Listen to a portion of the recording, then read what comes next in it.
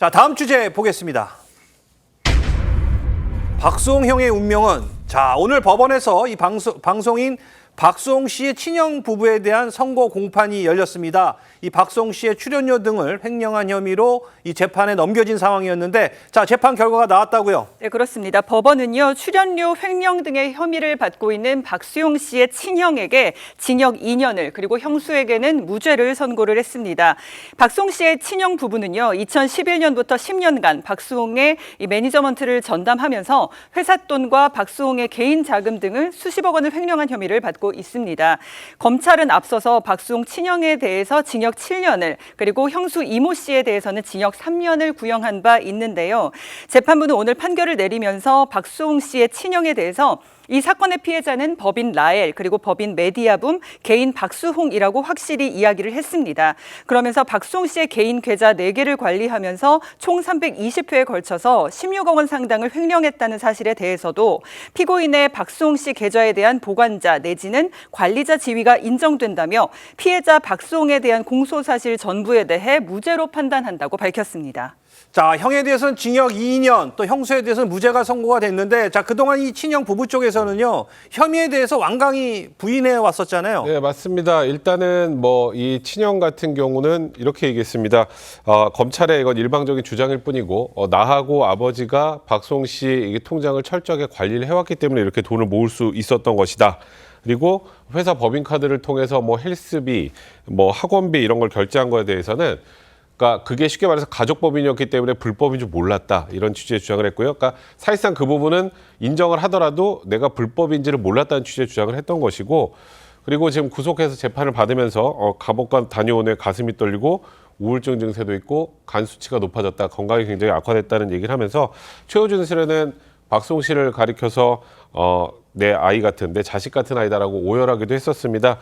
일단은 오늘 재판 결과는 제가 판결문을 좀 더 봐야겠지만 검찰의 구형량에 비해서는 굉장히 낮게 나왔기 때문에 그 이유는 좀 확인을 좀 해봐야 할 것 같습니다. 알겠습니다. 오늘 재판 결과에 대해서 이 사건 당사자인 이 박수홍 씨는 과연 어떻게 생각하고 있을까요? 오늘 재판에는 직접 출석하지 않았지만 지난해 증인으로 법정에 출석했을 때 이런 말을 남겼습니다. 당시 영상 보시겠습니다. 저는 가족들을 사랑하고 또 행복했으면 하는 바람으로 평생을 부양했습니다. 청춘 바쳐 열심히 일했던 많은 것을 빼앗겼고 바로잡으려고 노력했지만 그렇게 되지 않아서 이 자리에 섰습니다. 가까운 이에게 믿음을 주고 선의를 베풀었다가 피해자가 된 많은 분들께 희망이 될 수 있는 재판 결과 나올 수 있도록 증언 잘하고 오겠습니다. 감사합니다. 고맙습니다. 박수홍 씨는 최근 재판부에 탄원서를 제출한 것으로도 알려졌는데요. 자, 그런데 이게 선처 탄원서가 아니고 엄벌 탄원서라고요? 그렇습니다. 보통 탄원서라고 하면은 피고인에 대한 그 재판 결과를 좀 선처를 바라라고 하는 건데, 선처를 바란 게 아니고 엄벌해달라고 탄원서를 보냈기 때문에 좀 이게 그 박수홍 씨 입장에서 상당히 이 사건에 대해서 가슴 아픈 생각하는데요. 내용을 보게 되면 본인들이 범행을 은닉하기 위해서 없는 사실을 만들어가지고 서로 사회적으로 매장을 만들었고 일상생활이 망가졌다라고 말했고요. 또 그들은 그러니까 박수홍 씨를 돈 벌어오는 기계라든가 뇌로 봤기 때문에 분통이 터지고 내용이 억울하고 찢기도 가슴이 아프고 한이 맺히고 피눈물이 난다고 상당히 격하게 감정을 호소했고요.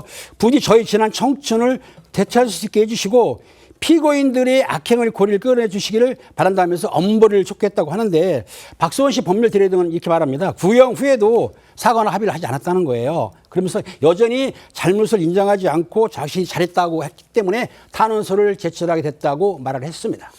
나는 돈 벌어오는 기계고 노예였다. 자, 이러면서 이 친형 부부를 좀 엄벌에 처해달라고 호소를 했는데, 자, 이 박수홍 씨의 이런 절절한 탄원서에도 불구하고 재판부는 결국엔 징역 2년에 형수는 무죄를 선고를 했어요. 그렇죠. 아무래도 이런 엄벌 탄원서도 당연히 재판부에서는 양형에 고려하긴 했을 겁니다. 물론 이제 판결문을 조금 더 꼼꼼히 분석해 봐야겠지만요. 일반적으로 우리가 형사 재판에서 피해자가 내는 엄벌 탄원서는 그 나름의 의미가 있습니다. 특히나 피해 회복이 안 됐다든가 아니면 진정한 반성이 없다라는 부분을 함께 강조할 경우에는 분명히 양형에 영향을 미치게 되는데요. 이번 박수홍 씨 친형과 관련된 건의 경우에는 2년이 나왔기 때문에 이 부분이 양형에 어떻게 고려가 됐는지는 또 추가적으로 판결문을 좀 분석해 봐야겠습니다.